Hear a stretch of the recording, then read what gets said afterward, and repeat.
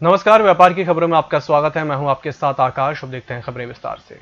बुधवार को कारोबार के तीसरे दिन बीएसई और निफ्टी बढ़त के साथ बंद हुए। बुधवार को कारोबार के तीसरे दिन बीएसई 199 अंक और निफ्टी 66 पॉइंट ऊपर खुला। दिन भर की ट्रेडिंग के दौरान बीएसई 177 अंक तक और निफ्टी 58 पॉइंट तक नीचे गिरा। कारोबार के अंत में बीएसई 86 अंक यानी कि 0.22% ऊपर 38,614 पर और निफ्टी 34 पॉइंट ऊपर 11,419 पर बंद हुआ। इससे पहले मंगलवार को बीएसई 22 अंक ऊपर और निफ्टी 11 पॉइंट की बढ़त के साथ खुला था।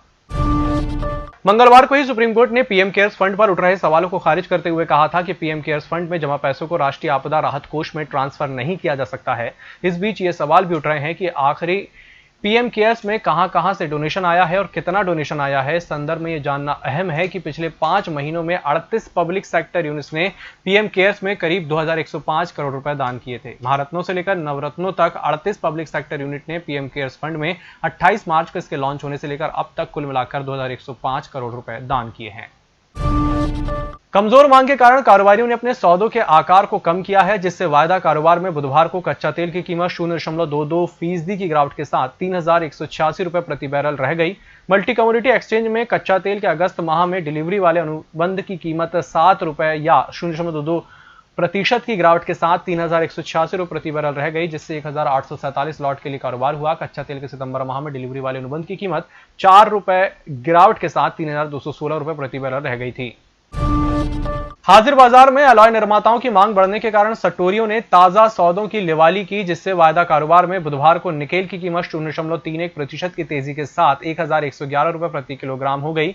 एमसीएक्स में निकेल के अगस्त महीने में डिलीवरी वाले अनुबंध की कीमत 3.40 रुपए या 0.31% की तेजी के साथ 1,111 रुपए प्रति किलोग्राम हो गई, जिसमें 2072 लॉट के लिए कारोबार हुआ। बाजार विशेषज्ञों ने कहा कि हाजिर बाजार में अलॉय निर्माताओं की बढ़ती मांग के कारण मुख्यतः निकेल वायदा कीमतों में तेजी आई है। इसी के साथ बुलेटिन वक्त चला एक छोटे से ब्रेक का, जल्द हाजिर होंगे। सत्ता के गलियारों से गांव की गलियों तक देखिए हर खबर अपने मोबाइल पर। डाउनलोड कीजिए ईएमएस न्यूज ऐप। निष्पक्ष, निर्भीक और विश्वसनीय खबरें देखें सिर्फ ईएमएस टीवी पर। डाउनलोड करें ईएमएस न्यूज ऐप। ब्रेक के बाद एक बार फिर से आपका स्वागत है और बढ़ते हैं अगली खबर की ओर।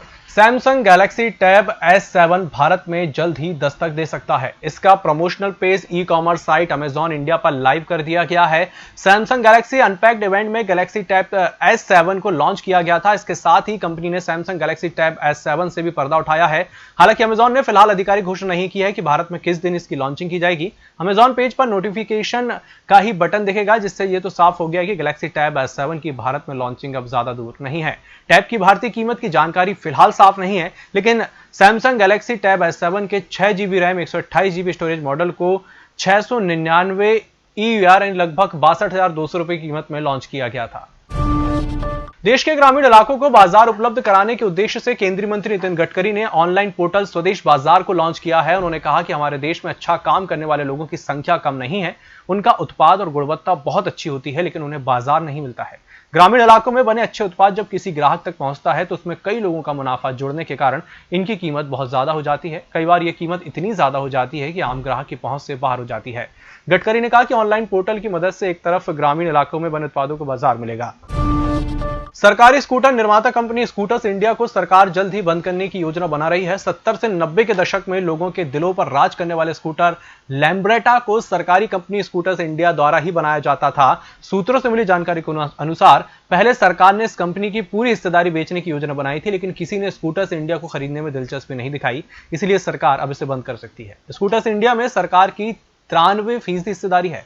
बॉम्बे स्टॉक एक्सचेंज पर कंपनी के शेयर में 5% का ऊपरी सर्किट लग गया है। स्कूटर्स इंडिया को बंद करने के लिए भारी उद्योग मंत्रालय ने प्रस्ताव तैयार कर लिया है। इसकी सारी जमीन बेच दी जाएगी। इसकी जमीन उत्तर प्रदेश सरकार को वापस कर दी जाएगी।